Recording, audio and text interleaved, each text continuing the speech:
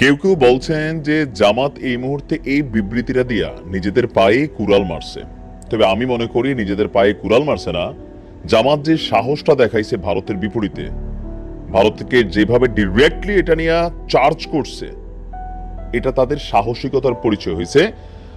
হ্যাঁ ফাইন, জামাত ভারতের সাথে সুসম্পর্ক করার জন্য গোপনে বৈঠক করছে অথবা চিঠি পাঠাইছে, ভারত সেই চিঠিকে প্রত্যাখ্যান করছে ভালো সম্পর্ক করার জন্য। বাট বিষয়টা এখানে না। সম্পর্ক রাষ্ট্র ক্ষমতায় বসলে এমনিই করতে হবে ভারতের, ঠিক আছে? তেলবাজি করে দরকার নাই তো। সেই কারণে এই কথাগুলা বলতে হবে।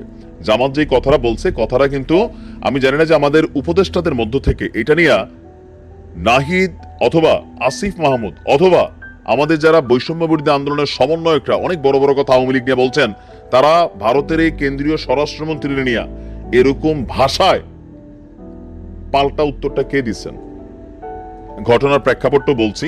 আমি জানি না যে বিএনপির কেউ এখন পর্যন্ত এটা নিয়ে বিবৃতি দিচ্ছেন কিনা। তারিক জিয়া সাহেবের উচিত এটা নিয়ে শক্ত ভাষায় কথা বলা, মির্জা ফখরুল ইসলাম না। ওনার দরকার তারিক জিয়া সাহেবের, কারণ ভারত এগুলা বইলা বলেই কিন্তু এগুলা করে। গত পরশুদিন আপনাদেরকে একটা নিউজ দিয়েছিলাম যে ভারতের স্বরাষ্ট্রমন্ত্রী, কেন্দ্রীয় স্বরাষ্ট্রমন্ত্রী অমিত শাহ, সে একটা বক্তব্য দিছিল।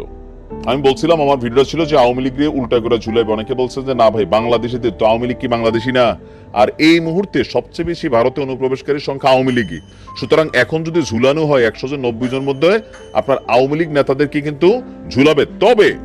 তবে অমিত শাহ যেহেতু বলছে বাংলাদেশি অনুপ্রবেশকারীদের পা উপরের দিকে ঝুলিয়ে রেখে সোজা করবে বিজেপি সরকার, এই বক্তব্যে যে মন্তব্য করেছে তার তীব্র নিন্দা এবং প্রতিবাদ জানিয়েছে বাংলাদেশ জামায়াত ইসলামী।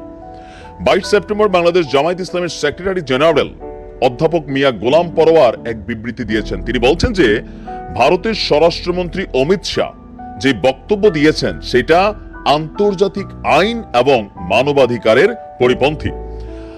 তিনি বলছেন, আমি জামায়াত ইসলাম তার এই বক্তব্যের নিন্দা প্রতিবাদ জানাচ্ছে। তার এই ধরনের বক্তব্য বাংলাদেশের সাথে বন্ধুত্বপূর্ণ সম্পর্কের ইঙ্গিত বহন করে না।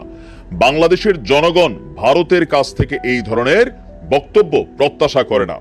মানবাধিকার এই বক্তব্য মানবাধিকারের পরিপন্থী এই বক্তব্য পরিহার করার জন্য ভারতের স্বরাষ্ট্রমন্ত্রী অমিত শাহের প্রতি আহ্বান জানানো হচ্ছে। এই বক্তব্যের প্রতিবাদ করার জন্য বাংলাদেশ সরকারেরও তারা দৃষ্টি আকর্ষণ করেছেন। তো দৃষ্টি কেন আকর্ষণ হয় না আমি এটাই বুঝি না। দোষ তো এতদিন আওয়ামী লীগের হয়েছে যে আওয়ামী লীগ ভারতের চামচামি করে, গোলামি করে, করছে সত্য কথা। তো এখন যারা আছেন তারা তো মেরুদণ্ডওয়ালা। কেন এখন ভারত ইস্যুতে আসিফরা কথা বলে না, নাহিদরা কথা বলে না, সার্জিসরা এরকম ভাবে এই বিষয়টা নিয়ে শক্ত বক্তব্য দিচ্ছেন? আমি জানি না, হয়তো বা খুবই এই ভিডিওগুলো হয়তো ভাইরাল হওয়ার পর দিবে, বাট দেওয়া দরকার। এটা নিয়ে প্রত্যেকটা দল, রাজনৈতিক দল এটা নিয়ে প্রটেস্ট করা দরকার। বাংলাদেশের প্রত্যেকটা মানুষ প্রটেস্ট করা দরকার। কারণ কি, ভারতে বাংলাদেশিদের একটা অংশ যায়, বেশিরভাগ যারা অপরাধী। তো এখন এই মুহূর্তে আওয়ামী লীগে যারা ঢুকতেছে সবাই অপরাধী। এই মুহূর্তে যারা ঢুকতেছে, আরেকটা অংশ আছে আমাদের সনাতন ধর্মাবলম্বী ভাই বোনদের একটা অংশ। কিন্তু কোন দেশ কি এরকম কথা বলতে পারে বাংলাদেশিদের বেলায়? প্রতিবাদ করেন। আর জামাত যেটা করছে সেটাতে নিজের পায়ে কুড়াল মারছে না। যাদের মেরুদণ্ড আছে আমি মনে করি তাদের কাছে জামাতের এই বক্তব্যটা অবশ্যই পছন্দের হয়েছে। আমার